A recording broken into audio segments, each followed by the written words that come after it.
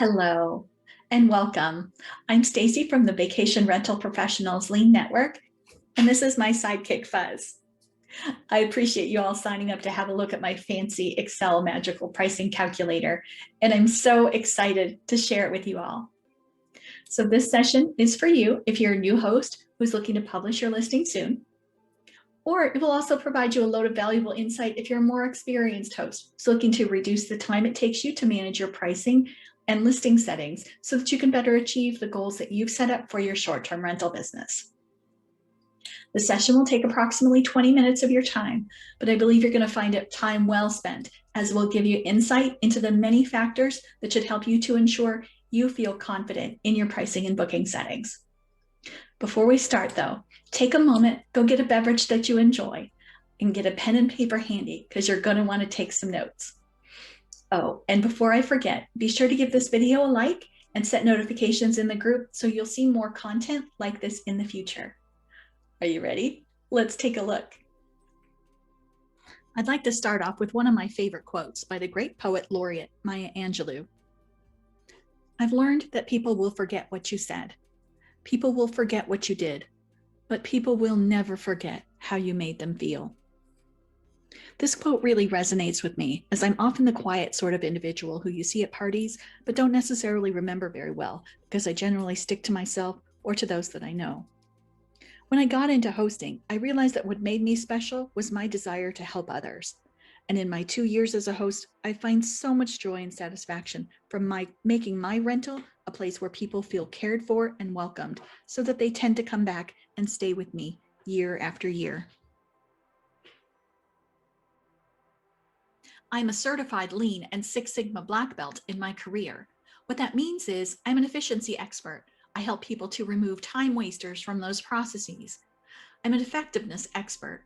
I help to define those defects as defined by the customer and then reduce them to improve customer satisfaction. My management background makes me a business growth expert, where I'm looking to continually improve results over time so that more profits are earned.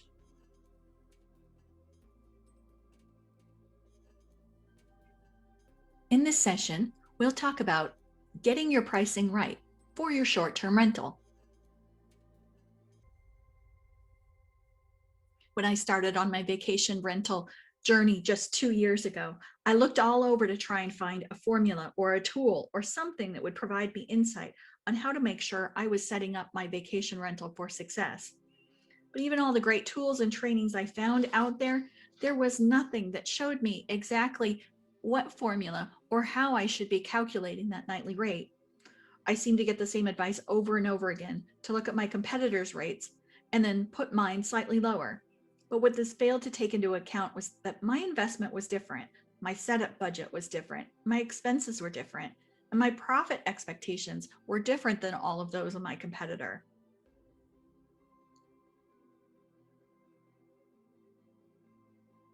So, being the Excel nerd that I am, as I was getting my listing set up, I pulled up a blank spreadsheet and put a bunch of numbers on it. I calculated my monthly expenses, took the all-up number and divided by 30, and came up with a nightly rate. Okay, so I could pay my bills with that, right? Wrong. I realized only after it was too late that I did not include a multitude of expenses. I didn't account for any of my time and effort or consider the total cost of everything I used to get my home set up for its first guest. Truth be told, I made so many mistakes as a new host, I'm embarrassed about it now. But I'm so glad you're here, because I'm happy to share with you the tool I've developed to help make sure you've considered all the factors you need to make sure you've set up your vacation rental business for success. Within the tool, you'll see numbers regarding a case study for a property in Surprise, Arizona, which is a 3-bedroom, 2-bath. But the overall approach will work for almost any property, including rental arbitrage. So something to keep in mind is numbers in the tool are for demonstration purposes only. I can't make any guarantees regarding actual occupancy, expenses, or income. Now, for those who are unfamiliar with Excel, don't worry. I'll be taking you step by step through the tool so you can see all of the factors that are associated with going into the numbers, and we'll have a meeting to where we can go through it directly with your information so we can make sure that you're set for success. The tool itself is set up of a number of different pages, as you'll see the tabs down at the bottom. The first 3 pages have information where your property information, your debts, and your expenses are entered. Then there's a potentials tab where you can review all of the information that's been entered and how those numbers work out. And then there's a couple of additional magical pages that I think you'll find interesting once we get there. So this first page includes a summary of information, such as the dates of the various seasons for my Arizona property. Includes my expected occupancy rate for each season, and breaks it down by the expected number of days that the property could be occupied based on that occupancy percentage. It includes the percent charged for credit card transactions for direct bookings, for example. Includes an option to put in one-time setup costs that you can pay for cash or debit. Also includes the commissions that Airbnb charges or VRBO charge to their hosts. Includes a space where you can put in annualized expenses, and it'll break it down into an average monthly cost. The second page allows you to enter any debts that are included in the property. For example, in this case, we've got credit card purchases that were made on for setup of the property and includes that minimum monthly payment that's being made to pay that off. The third tab includes a little bit of summary information regarding the seasons, just for reference, and then allows you to input your expenses by season. For example, here, you'll see that in Arizona, the high electric bills that occur because the AC is running all of the time is a little bit higher and makes it so that the expenses are varied across the various seasons. Down below, it actually has a summary of the minimum monthly net income target that you want to make to ensure you're breaking even on all of your expenses. In this case, you'll actually notice that that summer rate is a little bit higher than the prime season rate. So this will be something we'll have to take into consideration as we continue to go through. But something to note in this number down here, this is based on 100% occupancy, which we know doesn't necessarily happen. So we'll want to make adjustments in our annual numbers to be sure we're adjusting for our potential occupancy. Also note that this bottom line number here does not include the online travel agency hosting commissions, state, county, city, or lodging taxes. Okay, so now that we've entered all of the information on the other tabs, when we come to this tab, this gives us a break-even analysis across the year. We'll see that it summarizes the number of days in each season, including that expected occupancy rate, and breaks it down into the number of occupied days. It gives us the minimum nightly rate that we've entered so far and provides an estimated income based on those number of days in that season compared with the number of expenses in that season. So we'll see here, we've got about a break-even point on the prime season, but yet our mid-season and our off-season dates here show a negative. This means that the occupancy percent being lower is not going to make us our monthly expected expenses. So we're going to have to do something to adjust for that as we get a little bit later on in the tool. So you might say, hey, maybe this isn't a good property to do for a short-term rental. And you know what? You're probably right. If you've got this many off-season days, it's probably a good idea to think about, hey, let's maybe do short-term rental during the peak seasons when we can be profitable.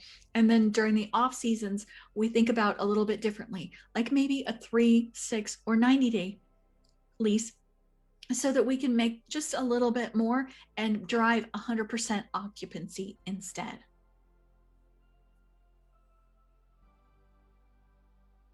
Okay, so this page is truly where the magic starts to happen. You'll see here that some of the numbers from that previous tab carry over here, and we can see what our potential profit and loss is in each of those seasons. And you'll notice that I don't yet have that expected profit above the break-even point included. So I'm going to put a number in here, which is going to get me to matching my competitors in the area, just so I can see what percent profit I need to add to my expenses to be able to match kind of their nightly rate and get an idea on that. So as I enter those in, you'll see the numbers automatically increasing and providing recommendations on, hey, what's that minimum nightly income target? Now, these numbers are not necessarily adjusted for occupancy, but when you look downward, you'll see that I have the option here of adding in a turnover fee and adding in a number of nights that the property may be turned over. So this comes in handy when you don't do same-day turnovers. You can manually adjust your rates so that it will take into account a period of time where you have a day in between guest turnovers. So you're not necessarily losing money on those lost occupancy nights. So you'll notice over here to the right, it popped up with apply a length of stay discount. Now the length of stay discount can be a little bit confusing to a lot of people. So let me just take you through a little background calculations that's going on in the tool so you can take a look. So this is a behind the scenes tab, but I wanted you to take a look at the reasoning behind it. So you'll see this one is meant for a same day turnover. What that means is that at 28 days, I will make my minimum payout of my monthly expenses plus my expected profit percentage. You'll notice that that gives me a little bit of leeway, so I can have a day before or a day after where the property is unoccupied for cleaning and not have it affect my profit levels. You'll notice that as the rates go downward, they all stay the same. This is because in the same day turnover, you have the potential, if you're able to get them booked, of 100% occupancy. But when you don't do same day turnovers, when you have a day or two in between, you need to manually adjust your rates to account for those additional days when it is unoccupied. So you're not losing money by having it for the turnover nights. So as we can still see here, we've got that minimum rate is still the same, and that's at the 28-day category. But you'll notice here that the nightly base rate that's being recommended is higher.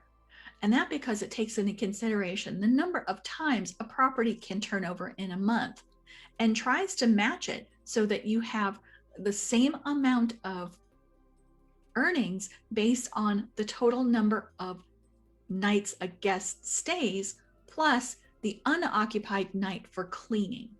So for example here, if we look that a guest is staying 14 nights, that means the property is actually going to be occupied for a total of 15 nights, one of those nights being a turnover night. So we want to make what is equivalent to a 15-night stay, and we divide that out by the guest number of days at 14.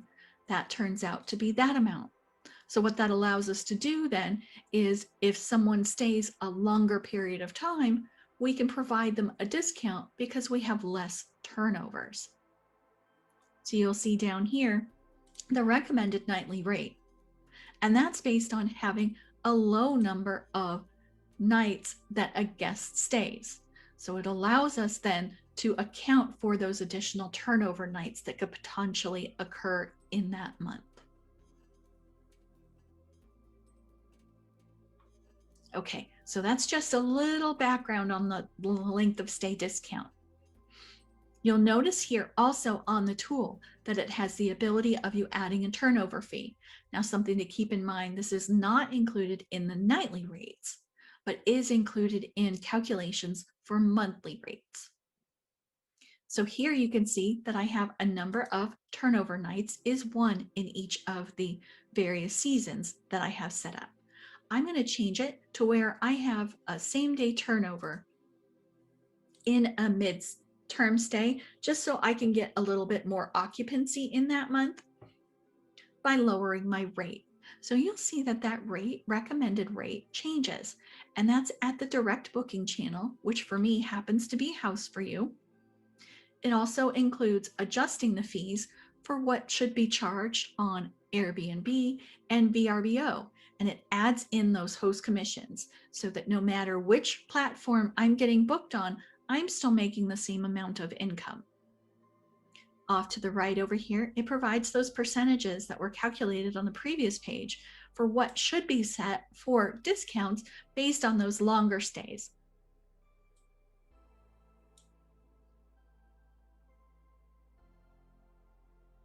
Okay, so now that we've got all of that covered, we can take a look here that my expected profit or loss in my prime season is really high.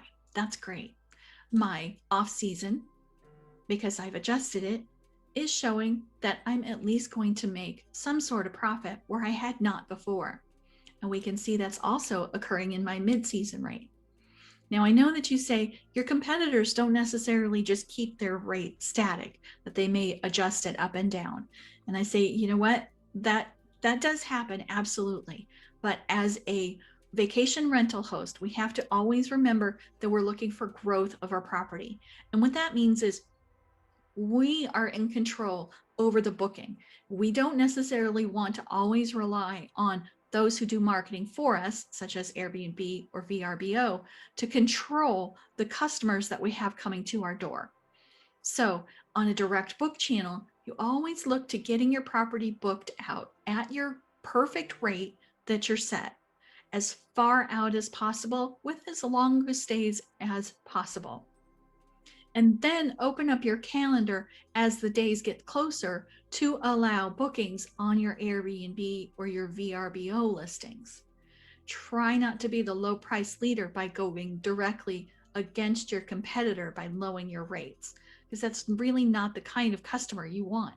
You want the ones that see the value in your property and are direct booking, so that they are booking a very far time out and they end up coming back year after year.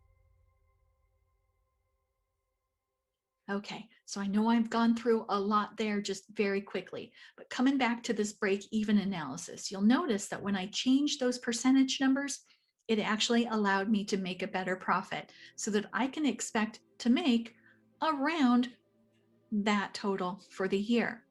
And then it would take me approximately that time to break even on my expenses.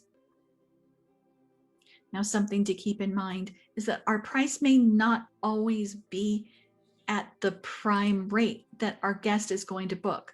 For example, here we can see that the off-season rate is actually just a little bit higher than the peak season rate. And we know, because it's hot in Arizona, in our case study information, that we're just not likely to get that kind of rate from the property during those seasons because it's not as popular for people to stay, even if we're able to get it at 100% occupancy. And this rate would generally take us out of the market for being able to get renters at that point. So that's where we need to think about, are there things we can do to increase the occupancy rate? And as I mentioned earlier, we can look at doing 30, 60, 90-day leases so that we are able to increase that occupancy rate. So I'm just going to adjust that number upward to give us an idea of what that can do overall to the potential of the property if we make those changes. So as you can see now, changing that to 95% occupancy during my off-season rates, it doesn't give me a whole lot of profit, but that's okay. I can earn that in my peak season easily, but at least I'm breaking even on my expenses, and it lowers the nightly rate so that it's something a bit more reasonable that my market is going to handle. You'll notice too that it adjusts all the way down based on those expectations. And finally, on the last page, it's a summary of all of the information we've covered thus far, plus a little bit of helpful tips and information on the right-hand side. As you'll see here on the left, it breaks it down by a number of different listing types that you can have. You'll see here, I have it broken out between a House for You 3 to 27 day stay listing and a House for You 28 day stay listing. That's because I have different tax rates at the different time frames, so I need to account for those. The summary here includes the rate that I should be charging across my listing for a same-day turnover, 1-day or 2-day turnover for peak, mid, or off-season, and includes a summary down here at the bottom for that length of stay discount percent that I should be adding into my booking settings. You'll see also that I include the cleaning fee within the monthly rate calculations. This is because the number of cleaning turnovers can be predictable in that month time frame.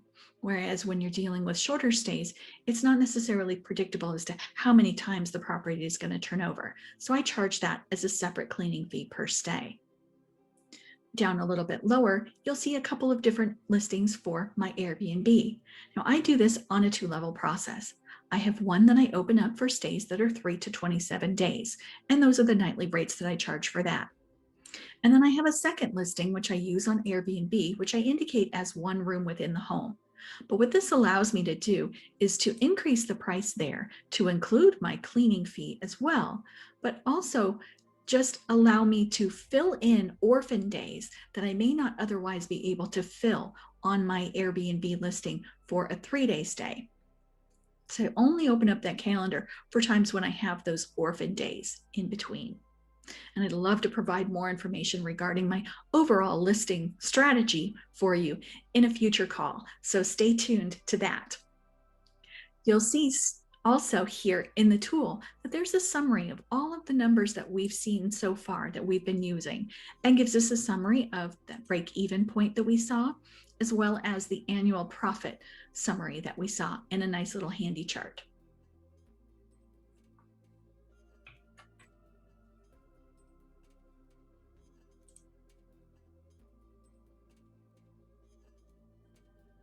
Okay, so I know I've thrown a lot of information at you in a short period of time. And if you're not familiar with Excel, all this can seem a little daunting, but that's okay. I want you to know I'm here for you. I want to help you get your pricing right. So I've created a Get Your Pricing Right workshop. Sign up over at improvemyvr.com and I'll email you a template. Now, don't worry, I'm not going to spam your email box with a bunch of unwanted messages. I hate that just as much as you do. But in your email, you'll get a template that you'll email back to me at services@improvemyvr.com. In that template, I'll need you to fill out your setup costs and your credit card balances, your estimated monthly expenses, your estimated occupancy across your seasons, and your target profit goal. And in that workshop, which is a 1-hour session, we'll get together and create a customized pricing and plan and listing strategy just for you. Now, normally this is $199, but I'm offering it for a limited time only at an intro rate of $99. So head on over to improvemyvr.com now and sign up before all those spots are gone. I'll see you there.